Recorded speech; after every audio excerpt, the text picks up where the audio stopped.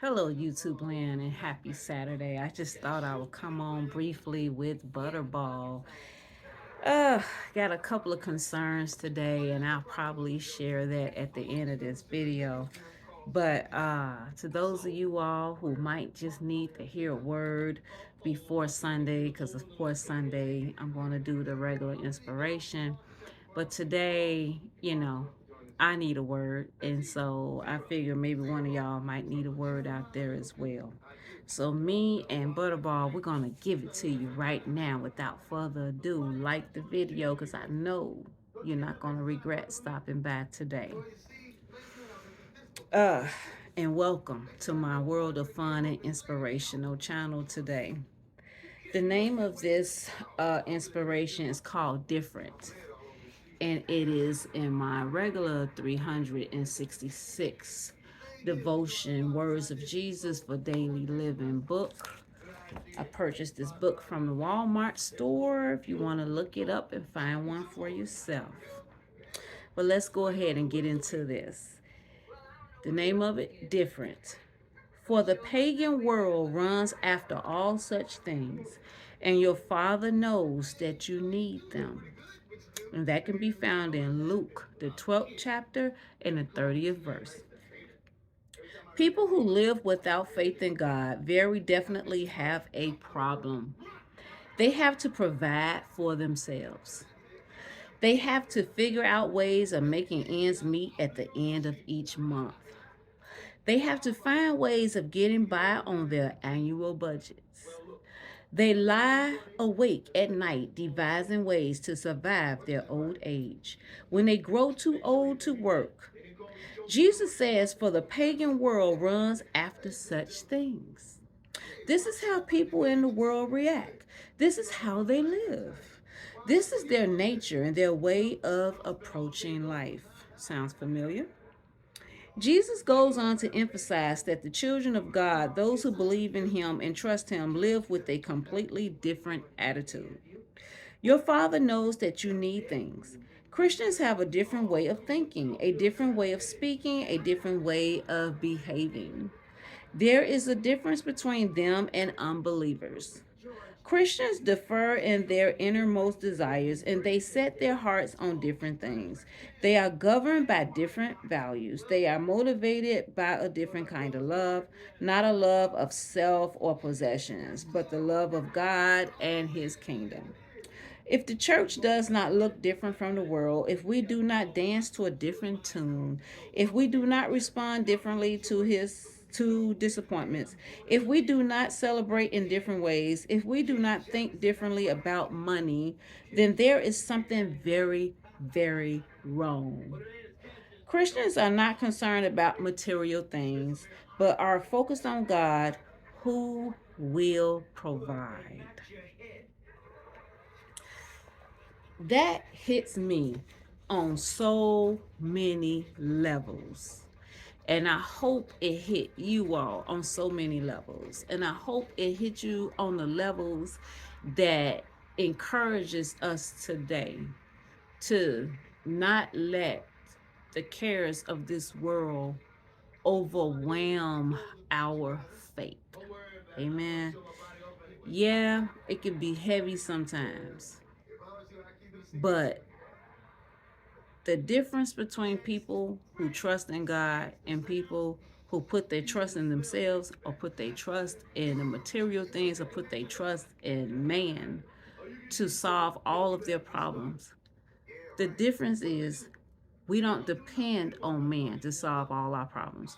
We don't depend on ourselves. So we don't make idols out of ourselves, nor man, nor material things to solve our problems. We put our trust in God.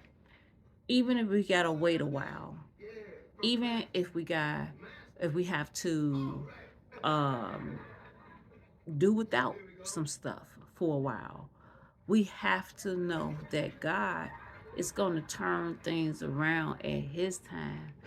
And what was meant to discourage us, to knock us off, to make us uh, kind of waver in our faith is going to be our testimony in the end. And to always remember that there are other people who are waiting on your testimony.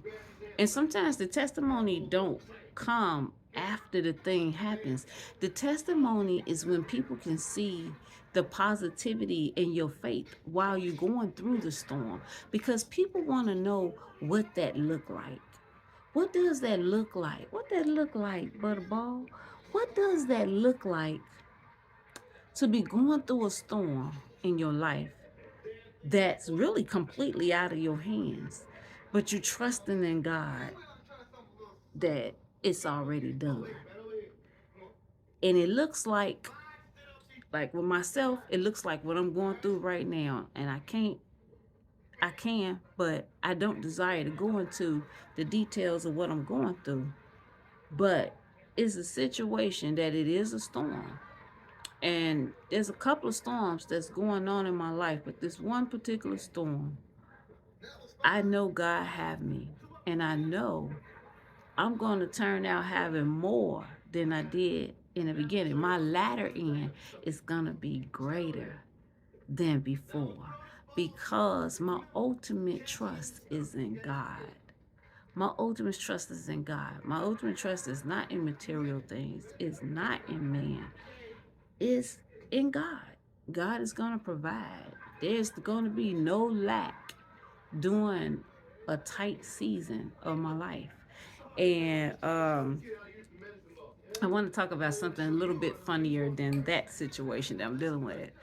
Uh, the funnier situation is I purchased a couch yesterday, y'all, from the Goodwill store for only $50 plus tax. And guess what? It got stuck in my vehicle, and we still are trying to get enough people to assist in turning the couch so that it can get off the lock of the back of the trunk, so we can open the trunk door and get the couch out. So look forward to updates on that. So this is day 2 with that particular battle. I don't know how many days it's gonna take to figure this thing out, but clearly I found out that my car insurance do not cover uh, problems like that. So me and that agent, we had a good laugh together. And when I opened up the conversation, I told her I have a question of the year, so be prepared to laugh out loud. And we were both laughing out loud. And she was also a friend. I mean, she wasn't a friend originally, but it's like the way how she talked to me on the phone, she was definitely a godsend. And yeah, see, God encourages us in so many different ways. So be on for a lookout for that. Be on for a lookout. That's why you got to stay calm, even in the midst of a storm, because you never know who God is gonna send your way, who gonna pick up that phone when you call, and God might give them something to talk to you that will give you some type of relief of that stressful situation. See, a stressful situation don't have to have you. You still got to be in control of your emotions no matter what. We still got to smile.